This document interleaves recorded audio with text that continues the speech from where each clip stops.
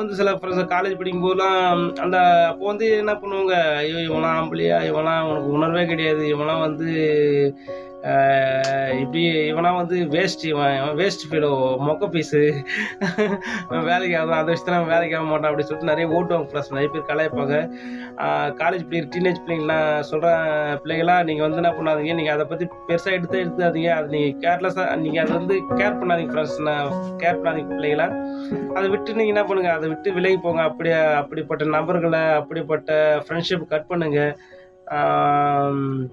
இது ஒரு நாள் வாழ்க்கை ஃப்ரெண்ட்ஸ். இது ஒரு நாள் வாழ்க்கை. இந்த ஒரு நாள் வாழ்க்கை நெறைய பேர் என்ன பண்றாங்க, அந்த விபச்சார மயக்கத்திலே இருக்காங்கன்னு சொல்லிட்டு பேதர் கூட 2வது அதிகாரத்துல சொல்றாரு ஃப்ரெண்ட்ஸ். அப்போ அது வந்து பெரிய பாவம் ஃப்ரெண்ட்ஸ். செக்ஸ் படம் பார்க்கும்போது அது நமக்கு அது விதையே அந்த அந்த எண்ணத்த அந்த தவறு செய்யறதுக்கு ஆணி வேரே செக்ஸ் படம் பார்க்கறது தான் ஃப்ரெண்ட்ஸ். நம்ம அத பார்க்கவே கூடாது. அதுக்கப்புறம் நீ நீ இந்த காலகட்டத்தில எடுக்கிற சினிமா சீரியல்லாம் பார்த்தீங்கன்னா, அது வந்து தவறான உறவுகள், தவறான ஆடைகள், தவறான தவறா தான் எடுக்குறாங்க ஃப்ரெண்ட்ஸ். அது வந்து அது உலகம் அவங்களுக்கு ஒண்ணும் தெரியாது. அவங்கள விட்டுடுங்க ஃப்ரெண்ட்ஸ். நம்ப வந்து ரட்சிக்கப்பட்ட பிள்ளைங்க, ஆ ஆண்டவர் அறிய விரும்புற பிள்ளைங்க, தயவு செய்து அத செக்ஸ் படம் பார்க்கக்கூடாது ஃப்ரெண்ட்ஸ். நம்ம பார்க்கும்போது நம்ம மனச பாதிக்கும், நம்ம இதயத்த பாதிக்கும்.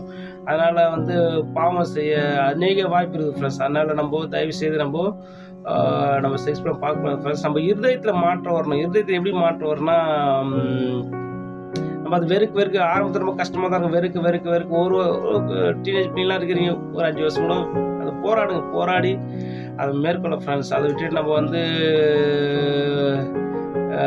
பல பேர் தப்பு பண்றது அது பெரிய பாவம் ஃப்ரெண்ட்ஸ். அது விரோதமான பாவம். அது பின்விளைவு ரொம்ப பயங்கரமா இருக்கும் ஃப்ரெண்ட்ஸ். பிள்ளைகளா நீ இப்போதைக்கு வந்து அது சந்தோஷமா இருக்கும். ஒரு 5 நிமிஷம் 10 நிமிஷம் சந்தோஷமா தான் இருக்கும். ஆனா பின்காலத்துல உங்க ஃபியூச்சர் பாதிக்கும். இங்க மட்டும் இல்ல. இங்க 80 வயசு வரையும் இங்க மாத்திரம் இல்ல. மறுமையிலும் அதனுடைய சாபம் நமக்கு வரும் ஃப்ரெண்ட்ஸ்.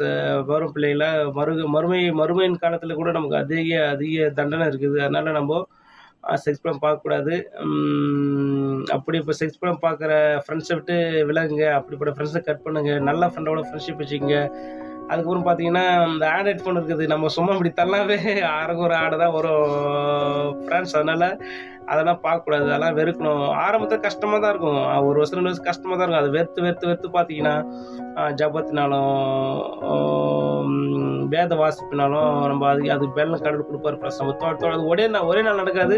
அது வெறுத்து ஒரு 2, 3 வருஷம் வெறுத்து இருக்கும்போது அது மேற்கொள்ள பேலன்ஸ் குடுப்பாரு ஃப்ரெண்ட்ஸ். நம்ம அப்படி குடுக்கும்போது, அத மேற்கொள்ளும்போது நமக்கு என்ன அங்கிள் நான் இதெல்லாம் பண்ணாம இருந்தா என்ன கிடைக்கும்? அப்படின்னு சொல்லிட்டு நெறைய பேரு கேட்பீங்க பிள்ளைகளா. என்னன்னா, நம்ம மனசு குழந்தை போல இருக்கும். ஒரு பயம் இருக்காது. ஒரு திகில் இருக்காது. எதிர்காலத்துக்கு பயம் இருக்காது. நம்ம மனசு அப்படியே ஒரு திருப்தி